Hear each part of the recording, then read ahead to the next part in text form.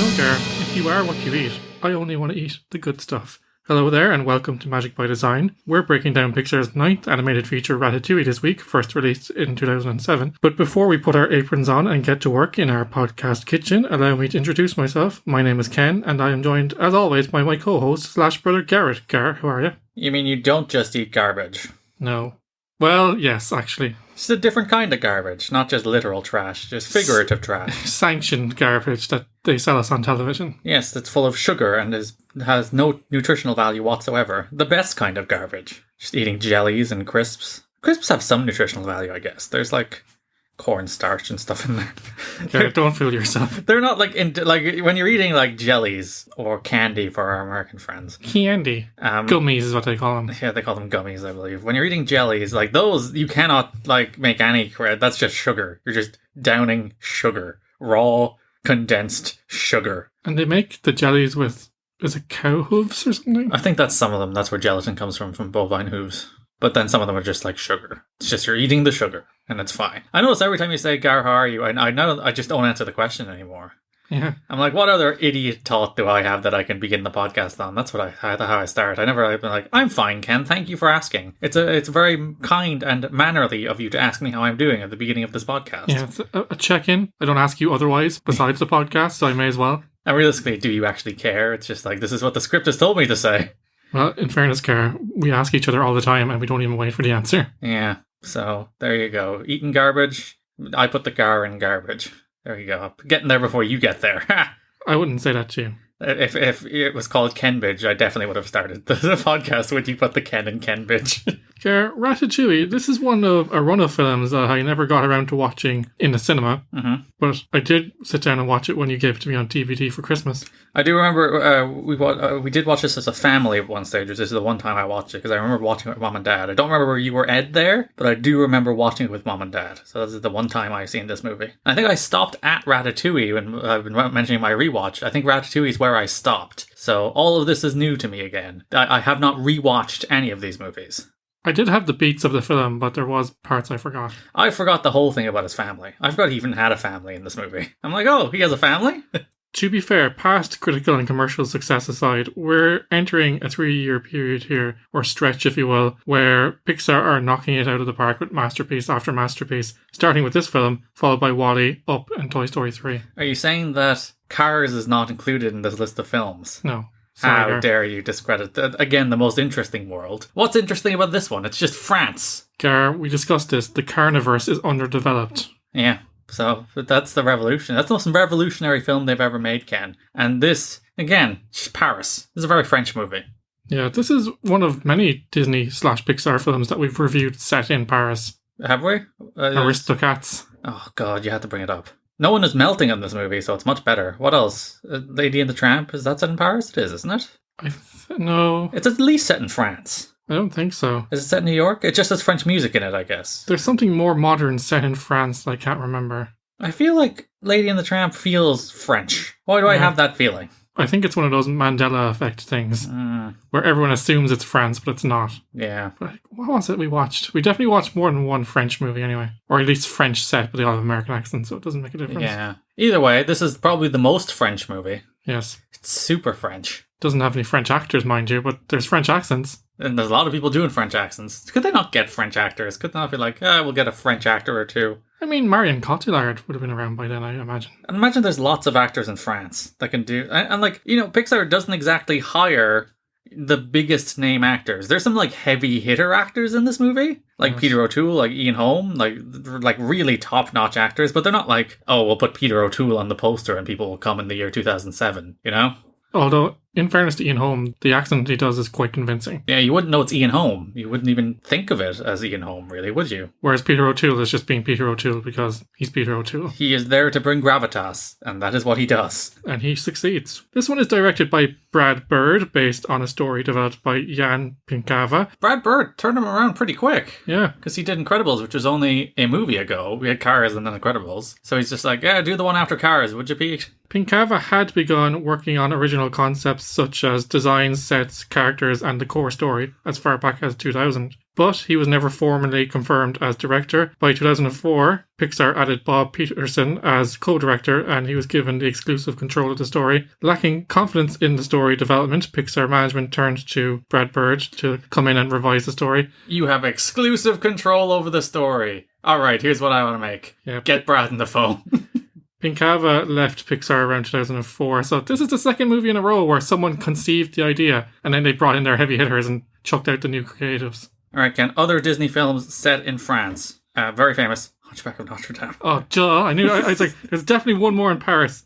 That's a pretty big one Yeah. that we perhaps should not have forgotten. Another pretty big one that we perhaps should not have forgotten, Beauty and the Beast. Duh. Is very set in France. Of course. So, yeah, there's some big ones, Ken. I thought there was a more modern one, though. Maybe I'm... No, it doesn't seem like it. Ratatouille was released in June 2007 to massive critical and commercial success. Critics and audiences alike praised the film's script, animation, voice performances, and score. So basically everything. Herbie Goes to Monte Carlo? Is that what you're thinking of? Of course. The seminal film in the Herbie franchise. Monsters, Inc., that's right, is technically briefly set in France. Of course, yeah. There's a little bit of France. It's one of the doors they go through. No, I don't know why I thought one that maybe there was a 3D movie was in France. Apparently the 2015 Cinderella is set in France. Is it? Cars 2 is apparently set in France. So, oh yeah, they go to the Grand Prix, don't they? Yeah, so there's a lot of French, even if it's none of the ones you're thinking of. Yeah, but I think this is the most faithful depiction of Paris yet. It's literally just Paris. You know, like the Pixar have all of their imaginative ideas, like the world filled with cars. What if monsters came to life? You know, what if toys came to life? Well, you live in a bug colony. This one is just like rats in Paris. And the thing is, it's just them flexing on how nice they can make Paris look. It's just like, what if a French rat was a pretentious food snob? That is the crux of this movie. Well, Gar, the idea is to keep rats out of kitchens, but what if they love kitchens and want to be a chef? Whoa! That kind of is the Pixar thing. It's like, what if we did this? But the opposite! Topsy-turvy world. Freaky Friday, as I call it. But yeah, I do love the depiction of Paris. It is quite romantic and warm. Makes you want to go there, doesn't it? It does, and I have been there and I don't care for it. It makes it look much better than the real thing. I also love the kitchen scenes in this movie. They're so tactile and it's like watching a cooking show at times. It made me feel very hungry. It is interesting to watch this movie. Like, this movie is 2007, which is like peak Gordon Ramsay. True. And there's not like a lot of Gordon Ramsay-esque kitchen nightmares kind of stuff that you would kind of expect to be in this movie, especially because like this movie is set or based around a guy running a kitchen who's kind of like a dictator who's out for himself. Not entirely Gordon Ramsay, but you know, the way Gordon Ramsay would run a kitchen. I would have expected more, like, because like Kitchen Nightmares is in its, or not Kitchen Nightmares, the other one, Hell's Kitchen, is in its like probably peak in around 2007, right? Or at least 2 or 3 seasons in, I'd say, at this point. So I would wonder, like, was that part of the inspiration for making this? That's like, oh, like these kitchen shows, these restaurant shows are really like popping off. Let's make a restaurant movie, but we'll subvert it and make a nice, we'll Pixar it and we'll make it rats, because why not? Because they do focus a lot of the film in the kitchen itself. Like it is like there's cooking tutorials. There's like the film is about the kitchen. It's about the food. So it's not like, you know, it's just like we're telling this nice story about a rat and everything else is just kind of like background noise. It's like, no, we invest time in everything else. But one thing that I marveled at, how they animated food preparation. Because the knife skills, the way the chefs handle and move around the food, it just all feels very like the real thing. I will say the finished product of the food, meh. Yeah, it does look a bit stylized or not appetizing. Because if you remember, our big takeaway from Wreck-It Ralph was that we just wanted to go out and buy all the sweets in the world. Yeah. Because their depiction of food and sweets and all that was just so pretty and so nice that, like, oh, I just want to devour it. As opposed to here, where they're like, at no point is like the depiction of the food on the plate in this movie so like delectable and interesting that I want to eat the food. So that's a failure of the animation, I think. Yeah. And the thing is, all the ingredients look great, the preparation. But the final thing, I think they want to make it look like high cuisine or art, and that stuff is inedible to me. Yeah, you just want it slopped on a plate so you can eat it.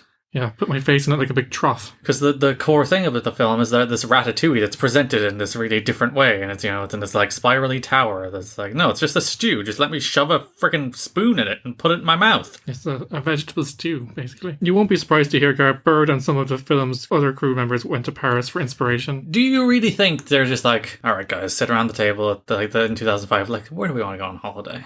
Where do we feel like a quote unquote business trip this time around. I mean, technically you could, I know they say at the start French cuisine is the center of the cooking universe, but you could set your rat chef movie anywhere, really, couldn't you? Yeah, you could be like, it's a rat chef in Dublin, Yeah. where he's learned how to make stew and potatoes, all our staple foods. And or you could set it in America, where they learn how to make fries, Burgers.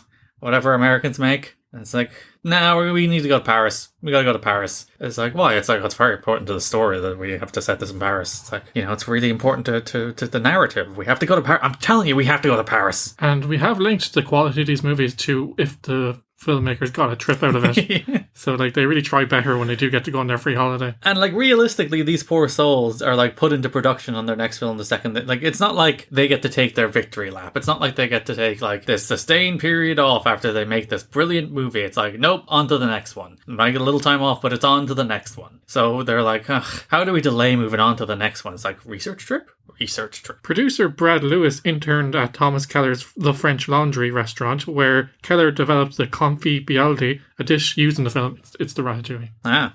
So it looks a bit different to his. Theirs is more, they arrange it in kind of almost like a flower-like pattern.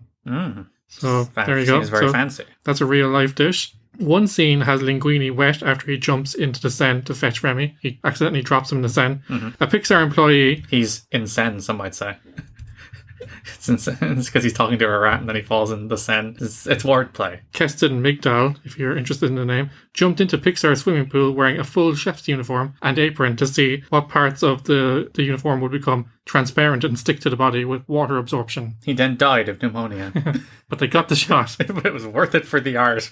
Overall, in terms of the characters, we're seeing, over the last few films, we've seen the solidification of the caricature style that they'll be using even to this day. But I am impressed with the way they moved. The movement in this film is really good. Yeah, I think that the characters are animated quite well. And like there is some that are like pure caricatures, like the Skinner character is like a pure short man character, but even the way they build the film around that, it's like where he like brings his stepladder to do everything. It's like they build that into it in fun little ways, and he has a small man complex as well. The food critic reminds me of someone from Despicable Me for some reason. He does have like a Gru air about him, doesn't he? He's like a skinny Gru. Yeah, like Gru's dad or something. Yeah. One more note I had here on animation. The store sequence is really well done, especially the rendering of wet fur, which is very impressive. It does look quite nice.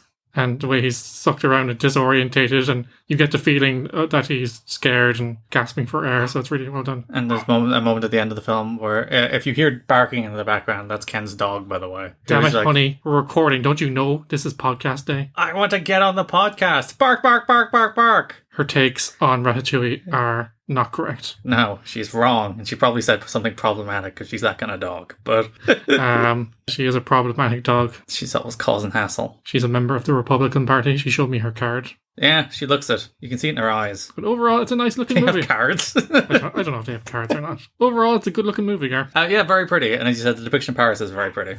Shut up, honey. God damn it. What's she barking at? It's probably birds. Or maybe there's some kind of cooking rat in our garden that she's like, there's a freaking cooking rat. Sometimes when she's ready to go in, she does it on purpose, though. When she... to get attention? Yeah. Because she goes outside for like 10 minutes a day and she's already fed up of being outside. Might be raining as well. She probably just sees a bird. This entire podcast is not going to be the honey watch as she desperately barks. What is she barking at? Moving on here to the story. Bird rewrote the story with a change in emphasis. He killed off Cousteau and gave larger roles to Skinner and Colette, and also changed the appearance of the rats to make them less anthropomorphic. Oh, so he made them more realistic? I suppose, like, the way they move and they crawl on all fours. In any other film, they probably all would have been walking on two legs like Remy. And they made that a character beat for Remy. It's like, I don't want to be tasting everything I eat. What's wrong with you? Yeah, he doesn't want his hands dirty so he can chef. He can taste food in its purest form. You mentioned there, Garth, there's a lot of great voice performances here, but Patton Oswalt is fantastic as Remy. Yeah, I have conflicted feelings about Patton Oswalt. Yeah, me too. Because, again, I agree with you, he's good in this movie, but if you were to be like, on average, do you enjoy Patton Oswalt in things? I'd be like, well, no, I'm a bit sick of him. I don't like his stand-up. I don't necessarily like any of his sitcom performances. And you could argue this is his breakout role, really, isn't it? Yeah, I mean, in terms of mainstream success. Like, he was in Zoolander, he was apparently in Blade Trinity, but I would have thought this was his, like, biggest voice role. It's probably what he's best known for. So this is what really helped him break into the mainstream. So really, should we hold that against Ratatouille? But he's good in this movie. He is good. Remy is just like, you get a sense of his passion and the fact that he's unsure of himself, and you forget that he's a rat at times. He's like a real person. Yeah, that's down to his performance. I'll give him that. This film does start with, though, the opening scene is where he breaks out of a window or whatever, and he's like, the freeze frame is like, yep, that's me. You might be wondering how I got myself into this situation. It's like, oh god, this is a Pixar movie doing this. Yeah, Gary, that is a good point. It is quite cliched, but I like the narration. I was thinking, because like the narration goes away for a good like 40 minutes of the movie at one stage, and then it comes back, and I was like, oh yeah, I forgot this film was being narrated. Yeah, and then they tie it up at the end as Remy in the restaurant telling the story. But even then, like the best narration in this film isn't Patton Oswalt's. It's Peter O'Toole's. Toward the end of the movie, as he's narrating his piece of criticism, which I will critique when we get to it, because I have issues with what Pixar decided to have to say there about criticism. But yeah, so he doesn't even have the best narration in the movie. One thing as well, Gar, I really appreciated them taking the time to do the scene where Remy and Linguini perfect their puppet chef technique, because in other movies they would have taken the shortcut of it magically working. Yeah, he just pulls the hair and his hand goes up, he pulls the other hair and the other side, the other hand goes up, and they're like, aha, we have the aha moment, light bulb goes off, everything's fine. Instead of, as you mentioned, they go home with a bunch of food and they just calamitously do it badly for a while until it works out. Yeah, so I really like that, and it's a great source of comedy as well. I'm kind of mixed on like the slapstick of this movie, because as you mentioned, I do kind of like the whole like Remy in a kitchen element, where it's just like he's a tiny rat in this very large kitchen and he's exploring it in a way a rat would and finding ways around, and he's a very nimble rat, I'll give him that. He can run up and down mops to get everywhere. But I also like, there is a period where they're still doing some of that in like the second and third act, and I'm like, I'm more invested in the actual story you're telling here. I don't need this little action quote unquote sequence. Yeah, I feel like that's what Bird was interested in. He did mention that he was interested in the slapstick element, so he leaned quite heavily into that. He's wrong. He made a better movie without it. I guess like he did just make The Incredibles, which it makes a lot more sense to have action in The Incredibles. It's a superhero movie. It would be a little weird to have for it not to have action. I think this film would have been fine if it had maybe only one of those scenes toward the start. Yeah, where Remy is being chased through a kitchen. It has like I want to say 3 or 4 through the movie. I'm just like, I don't need this. I'm invested in this tiny blue rat as a character. I don't need like some action to keep me interested. I do think it's well employed in the second act, but to your point, the story drives the third act, so there was no need for it. What do you make of Skinner as a villain? Obviously, the whole story is him bastardizing Gusteau's legacy and attempting to steal his estate. I think this film has 2 tremendous villains. Yes. And Skinner and Ego, who are, I think, both very different villains and villains for very different reasons. But like the idea that Skinner gave Gusteau one bad review, took away one of his Michelin stars, and he died of a broken heart because of it is like, that's such a cool, fun idea. And like that performance by Peter O'Toole is tremendous, and he has all the gravitas of Peter O'Toole, as I mentioned. He carries all of that weight with him. He doesn't like, and to be fair, this might be him half-assing it, but he's Peter O'Toole, so it's fine. Like him half-assing it is still better than most actors. So like he has that kind of he has an imposing presence, both from the character design and the voice, that I think makes a really good villain. And then you have Skinner, who's like just the complete opposite of the spectrum. Like the rat stole my documents, which is the best line in the movie. He says it twice and it's funny both times. And the second time he's like forlornly looking into the distance being like, the rat stole my documents. As if like that was the greatest thing that happened. Not that a sentient rat took his documents to give to his friend to prove that he is the rightful heir to the restaurant. Yeah, because in the first half of this movie, he's just like your standard, I'm ruining the legacy of Gaston, and it's like, all right. You know, but then in the second half of the movie, he becomes obsessed with the rat. And then he becomes a much more amusing, interesting villain. And even when he captures Remy, his plan is like, I will keep you alive so that you can create for me a series of frozen food snacks to sell to the masses. Yeah, because like any other villain probably would have killed him, but now he's like, no, I can use you because he's the chef. I will exploit you to make bad food that I can sell. Before we move on to your criticism of Ego's commentary, Gar. So, you know, we see it in the third act of the film, instant success and love went straight to Linguini's head. He starts to believe that he's the real chef, and then he realizes the error of his ways, but then he catches Remy stealing food for his family, creating the third act drama. We've been critical of this in the past. What was your take on that?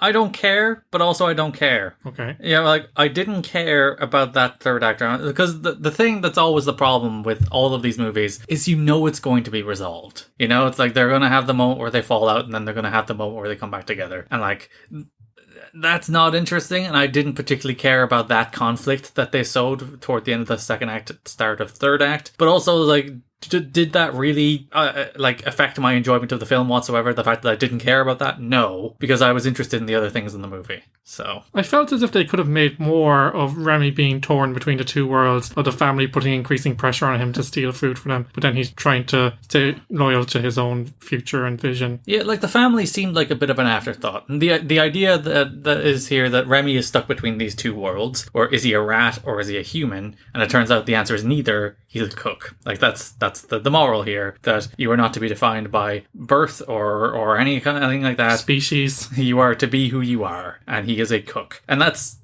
perfectly fine, but as you said, I think that all the family stuff feels a little underdeveloped. It feels a little it feels tacked on. And then, all of a sudden he wins his dad's approval, even though they haven't really spent that much of the movie of him trying to seek his dad's approval. His dad just doesn't like him, and then his dad likes him. There you go. He does a bit of a 180, and his dad just tries to get him back on side by showing him a bunch of dead rats at one point, which I thought was a bit unnecessary. It's and like, the rats were like snapped at the neck as well, dangling out of this window. Yeah. With a lot of gunshots in this movie as well. Pixar going for dark. 2 instances of gun violence and some dead rats. Like, basically every time this film was set in the kitchen, I thought it was at its best. And anytime it moved out of the kitchen, I thought it was like, all right, get me back in the kitchen. I'm interested in this rat that can cook. I'm not interested in his family life.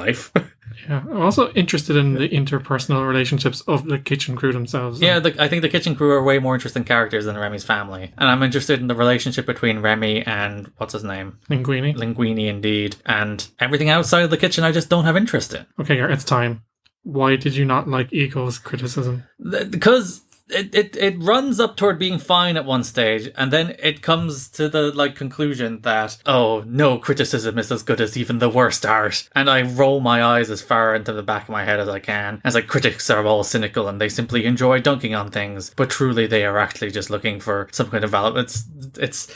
It is creators' views of critics in not the worst way, because there are worse criticisms of criticism. The worst always being, you cannot criticize something if you do not do it, which is just the most stupid nonsense argument in the history of the world that does not apply to anything. It's like, you can't criticize food unless you can cook it. It's like, no. You can't criticize a TV show unless you can make one. No. You can't criticize a footballer deciding to blaze like 40 yards over the bar when there was a through ball he could have put somebody else through. No. You can criticize that without being a professional footballer, because you have eyes and a brain. And the only thing that ever happens, this is me giving out about other people. This isn't even related to the film now. I'm just going off on criticism. But the only people that give out about people criticizing things is people who make bad things and can't handle that other people didn't like it. And then you're like, you don't have a right to criticize. It's like, yes, they do. Stop it. Once you put it out into the world, it's somebody else's. And if they don't like it, you're going to have to put up with that. Just like we do with this podcast, but this podcast is a podcast built on criticism. So I'm sure Pixar would hate our guts too. But just the idea that there is no criticism that can match even mediocre art is just an idea that I fundamentally disagree with, because I think there is always just some exceptional criticism out there in the world. And more often than not, it is the criticism of something that really brings into starker relief what makes good art special. Like, good criticism elevates art. It examines it in both its cultural context and both what it's trying to say, and makes it more meaningful and more impactful. And what people think of criticism is like, oh, you're just picking holes in it. It's like, if there are holes to pick, you didn't do well enough. I'm sorry. I understand what they're trying to say, that we should appreciate people's endeavor, and I think there is room for that in criticism. I think everybody does, though. I don't think anybody's like there's this horrible trend in video games at the moment where there's a bunch of gamers who call everything like developers do lazy. I'm just like, just stop it. Stop just assuming you're the worst in all of these people. Sometimes people work very hard, very diligently on something that does not turn out to be very good. It just happens. Making things is hard, and nobody denies that other than fools.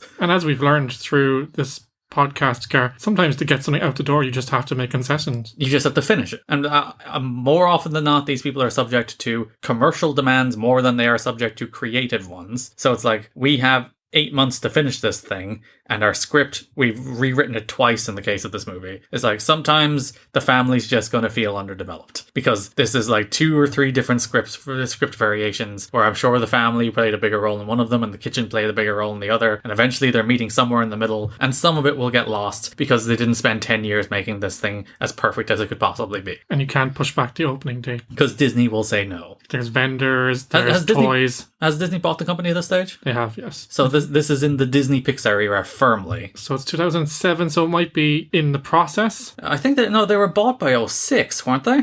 06, 07, I'm not 100% certain on the actual date. Let me check it there very quickly. But like, very much this film, it was bought in 2006 by Disney. Yeah. So this film would have started development under Pixar independently and finished development under Disney. So even like just imagining that, like this film just jostling in between, like I assume this film probably started development shortly after The Incredibles. So this film like just jostling in that corporate merger, corporate takeover environment. I'm sure somebody somewhere probably saw something about it on both the Pixar and Disney side, and they're just, you know, the inherent power struggle that comes in those moments of like transition. And I'm sure that they had to make concessions, and that's just the nature of the beast. They always did during the Pixar-Disney partnership because Disney were fronting the money. Yeah, at the end of the day, Disney were always the people behind it. Gar, this is not so much a song film. There is one song, the main theme written by Michael Giacchino, Le Festine, about Remy and his dream to be a chef. French artist Camille was hired to perform the song. After he heard her, he decided she was the perfect person for the song, and as a result, the song is sung in French in all versions of the film. Yeah, it's a nice touch to have the song sung in French, especially as we mentioned, not a lot of actual French people in this movie, so it's a nice little touch to have some actual French in the movie. We don't have to understand it for it to be meaningful, because it does just pull you in. It is a very seductive song, for want of a better term. And that's the magic of music. Like, music can make you feel something without you really understanding why you feel it, and that's how it works. It does capture the vibe of like intimacy and France and food. I don't know how to describe it, but it does give you that feeling, doesn't it? You could imagine being in a restaurant in France, hearing it in the background. And like,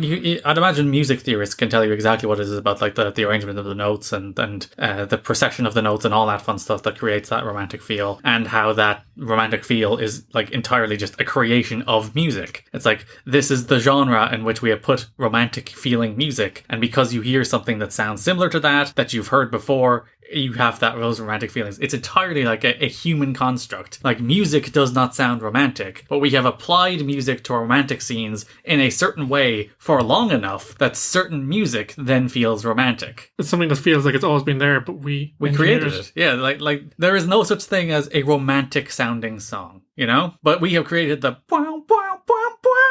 kind of music genre. That's to use an exaggerated version of it that makes you understand the context of the music. And because we created that like kind of collective cultural consciousness of music, we can then use similar sounding music, or music that uses like the same notes and whatnot. I don't understand music. People could explain this much smarter than I could. To capture that feel again. And it's really interesting, as I said, like that's entirely a construct of music and of music used in culture. It's a Pavlov scenario, isn't it?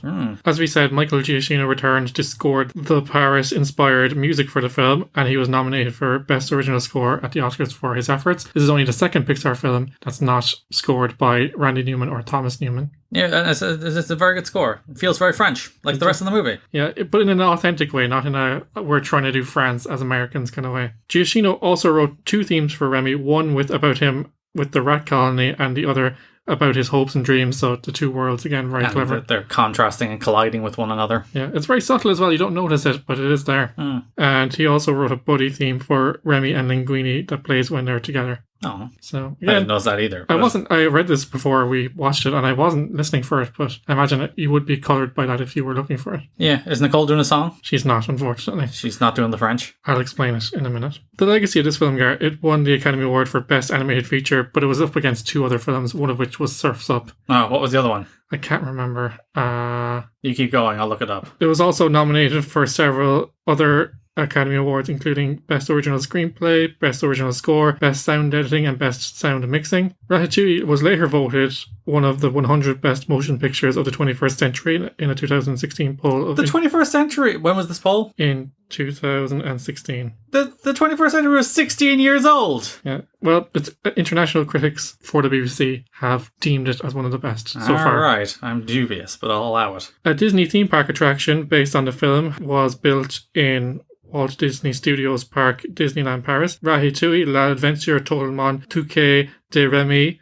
Can you tell I did French? Well done. Good job. Is based on scenes from the film and uses a trackless ride technology. In the attraction, riders shrink down to the size of a rat. It's transferring to Epcot in the US in 2021. I didn't remember it until you mentioned it, and now I remember it. And yeah, it was pretty good. Yeah, we've been on it. It's very disorientating, but very well done. And also fascinating how they do it without tracks. I think it's sensors and a predetermined route and stuff like that. Persepolis was the other film it beat. The story follows a young girl as she comes of age against the backdrop of the Iranian Revolution. Very different tone, I would imagine, from Ratatouille.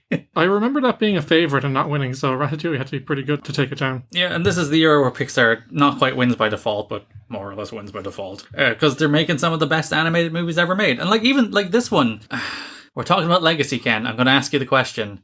Ratatouille, A tier or B tier Pixar? The thing is, having watched it again, it doesn't rank among my favourites, but then... Are you saying B+? Are you going back into the B+ tier? No, I do think it's A tier. But I think when I put it against other films, I'm including my emotions and my history with the film, so I wouldn't rate it as one of the top films, but from a filmmaking point of view, in terms of the visuals, in terms of the story, in terms of the music, the characters, and everything put together, I think it's one of the finest examples of what Pixar do best. Yeah, and the big payoff of this movie is when Ego finally puts a forkful of ratatouille in his mouth, and he's transported back to when he was a child in his mother's kitchen, and it's that, that's the payoff. I kind of like that as such a low stakes payoff for a movie. It's not the end of the world. It's not even the restaurant must be closed or opened. We have got to keep the restaurant alive. The punchline is the restaurant gets closed the next day anyway because of health violations. Because they had to release the health inspector and Skinner. And the payoff of this movie is just simply food brings another person joy, which I think is a very nice, small, low stakes payoff for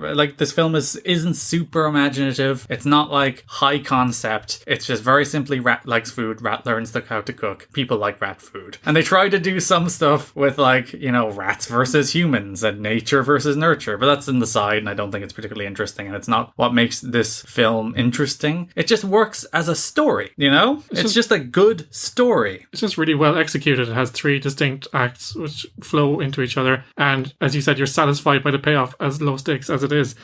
One thing I need to mention here, Gar, I have a correction from last week. I incorrectly asserted that Brazilian studio Video Brinquedo released a similar film to Cars and questioned whether Pixar copied it. I read that wrong. It's actually the other way around. Ah, right. It should be noted they also copied Ratatouille and a number of other popular animated or live action films, and they're known as mockbusters. You'll have encountered these DVD rip-offs in pound shops or dollar stores. You know what? I admire the balls in them, especially to go after Disney movies. Yeah. Because Disney famously litigious, Ken. Yeah, and for the Cars ripoff and this ripoff and subsequent ripoffs, they never sued them. Oh, well, well done. Because you just make a freaking animated movie called Automobiles, and it's about a bunch of anthropomorphic automobiles, and they can't sue you. You didn't invent the idea of talking cars, And it's so diabolically bad, and the amount of money it makes, it's not worth pursuing.